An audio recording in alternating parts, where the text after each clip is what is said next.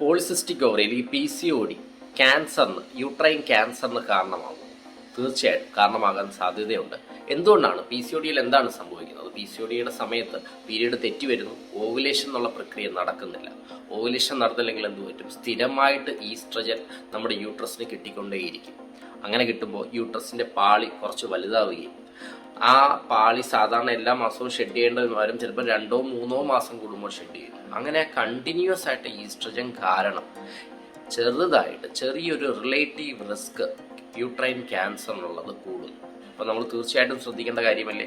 അതിൻ്റെ ഒപ്പം തന്നെ PCODക്കാർക്ക് എന്ത് പറ്റും? അമിതവണ്ണം ഉണ്ടാവാം, ഡയബറ്റിസ് ഉണ്ടാവാം, കൊളസ്ട്രോൾ ഉണ്ടാവാം, പ്രഷർ ഉണ്ടാകാം.